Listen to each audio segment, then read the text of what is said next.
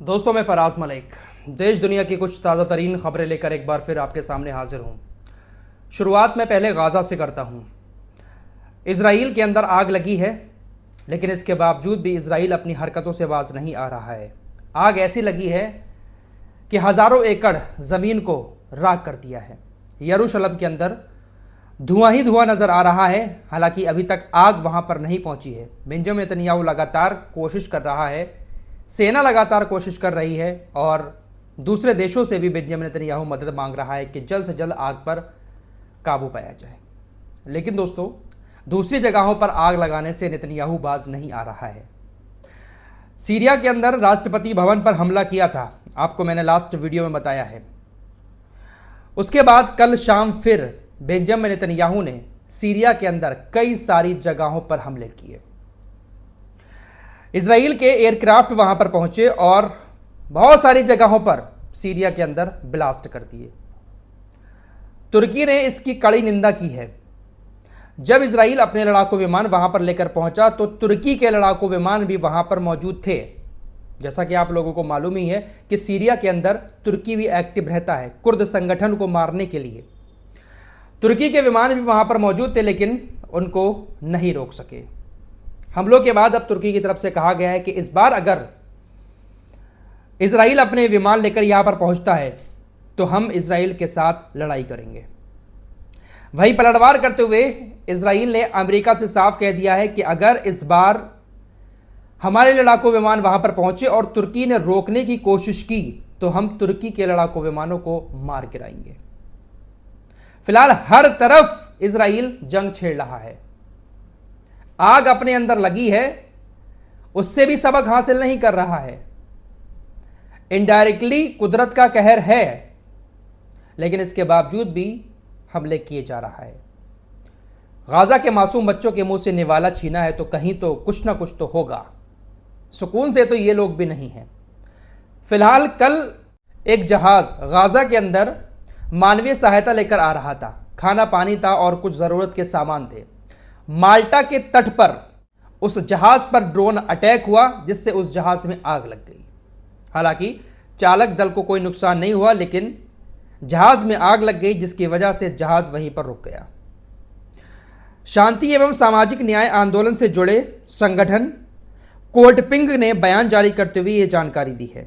बयान में कहा गया है कि गाजा फ्रीडम फ्लोटिला का यह जहाज गाजा के लोगों के लिए बहुत ज़रूरी सामान और खाना ले जा रहा था। माल्टा की सरकार ने कहा कि जहाज पर चालक दल के 12 मेंबर और 4 नागरिक सवार थे। हमले में किसी के हताहत होने की खबर नहीं है। इस हमले का शक सीधा सीधा इजराइल के ऊपर जा रहा है, क्योंकि पिछले 2 महीने से, जब से रमज़ान शुरू हुआ था, तब से लेकर अब तक इजराइल ने कोई भी मानवीय सहायता, खाना पानी गाजा के अंदर नहीं जाने दिया है। तुर्की ने कसम खाई है कि हम इसकी जाँच करेंगे, क्योंकि इस पर तुर्की के मेंबर सवार थे। जो चालक दल था उसमें से कई सारे तुर्की के थे। तुर्की के अधिकारियों ने ऑफिशियली बयान जारी करते हुए इस हमले की निंदा की और कसम खाते हुए कहा कि अगर इजराइल का ड्रोन था वाकई में ये, तो फिर इसका मजा चखाया जाएगा। हम इस हमले की जांच करेंगे। लेकिन तुर्की क्या कर सकता है आप अच्छे से जानते हैं। पिछले 1-1.5 साल के अंदर क्या कुछ किया है तुर्की ने, सब कुछ आप लोगों ने देखा है। फिलहाल आगे बढ़ते हैं। भारत पाकिस्तान की बात कर लेते हैं। कश्मीर के पहलगाम में हुए आतंकी हमले के बाद भारत ने पाकिस्तान के ऊपर कई सारे एक्शन लेना शुरू कर दिए। हालांकि अभी तक आतंकवादियों को पकड़ा नहीं गया है। लगातार सेना सर्च ऑपरेशन कश्मीर के अंदर कर रही है।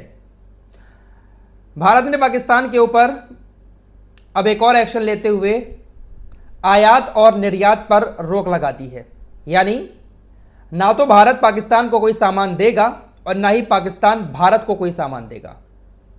आयात और निर्यात पर पूरी तरीके से प्रतिबंध लगा दिया है। यानी कारोबार भारत और पाकिस्तान का पूरी तरीके से खत्म हो चुका है। भारत और पाकिस्तान के बीच तनाव काफ़ी ज़्यादा चरम पर है।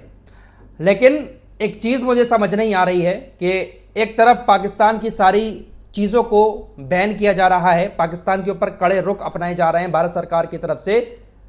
पाकिस्तानी जो नागरिक हमारे देश के अंदर रह रहे थे उनको यहां से भगाया जा रहा है। बहुत सारे पाकिस्तानी न्यूज़ चैनल्स को, पाकिस्तानी सेलिब्रिटीज़ के चैनल्स को, यूट्यूब चैनल्स को बैन कर दिया गया है भारत के अंदर।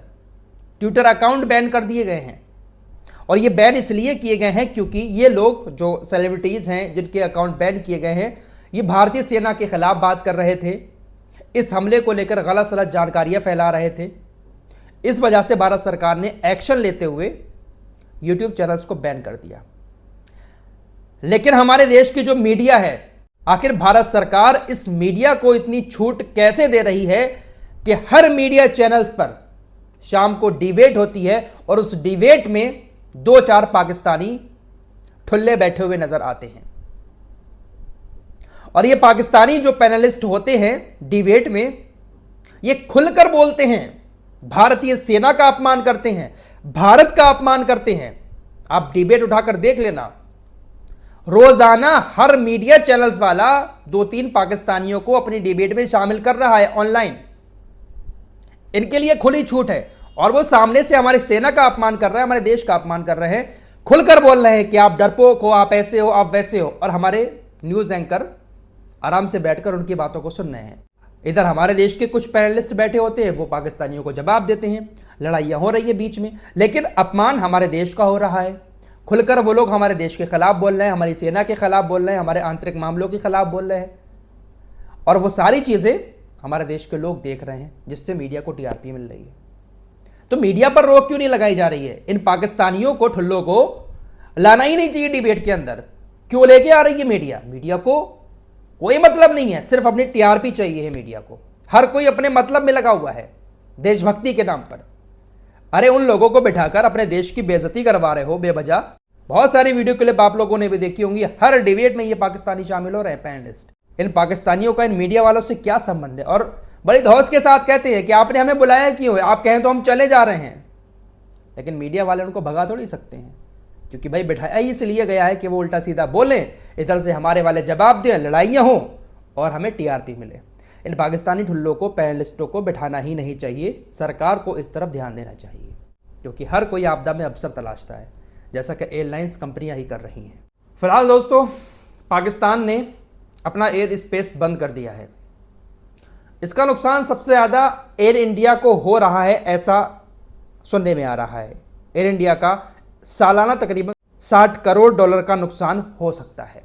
अगर 1 साल तक एयर स्पेस बंद रह जाता है तो $60 करोड़ का नुकसान बताया जा रहा है एयर इंडिया को हो सकता है।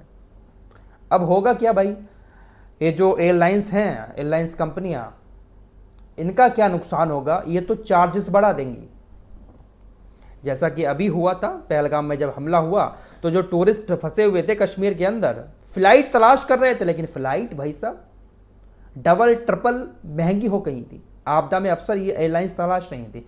तो ये जो रोना रो रही हैं एयरलाइंस कंपनियां कि एयर स्पेस बंद कर दिया है, इससे हमारा बहुत ज़्यादा खर्चा होगा, 1-1.5 घंटा 2 घंटा सफ़र लंबा हो जाएगा, हमें खर्चा उठाना पड़ेगा। तो देखना, खर्चा तो उठाना पड़ेगा, ये बात ठीक है, लेकिन इनकी जेब से कुछ नहीं जाएगा, ये निकलेगा आम आदमी की जेब से ही।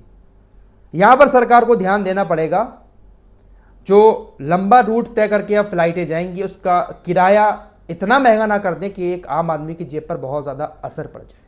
कहा जा रहा है कि अगर 1 घंटा फ्लाइट लेट होगी तो तकरीबन 1 घंटा फ्लाइट लंबी होगी तो तकरीबन 23 लाख रुपए का नुकसान उठाना पड़ेगा एक फ़्लाइट को। तो ये सब जाएगा कहाँ से? जाएगा तो आम लोगों की जेब से ही। फिलहाल 4 मई से हज यात्रा भी शुरू हो रही है, तो जो फ़्लाइटें अभी तय हैं, जो टिकट बुक हैं लोगों के, वो अपने तय समय से जाती रहेंगी। वहाँ किसी तरह की कोई दिक्कत नहीं है। काफ़ी सारे लोग, श्रीनगर की एक खबर आई है कि वहाँ से लोग सोच रहे थे कि पता नहीं फ़्लाइट पहुँचेंगी नहीं पहुँचेंगी, क्योंकि पाकिस्तान का एयर स्पेस क्रॉस करके ही सऊदी अरब पहुँचते हैं। तो फिलहाल दूसरे रूट से जाएंगी फ़्लाइट। जो तय समय पर आपका जो टिकट है वो टिकट सही रहेगा और आपकी फ़्लाइट सऊदी अरब जाएगी। फिलहाल इससे नुकसान सिर्फ भारतीय एयरलाइंस कंपनियों को ही नहीं हो रहा है, बल्कि पाकिस्तान को भी काफ़ी मोटा नुकसान अपना एयर स्पेस बंद करने की वजह से उठाना पड़ रहा है। इस रिपोर्ट में इतना ही। कुछ और खबरों के साथ फिर हाजिर होऊंगा, तब तक के लिए अपना ख्याल रखिएगा। अल्लाह हाफिज़।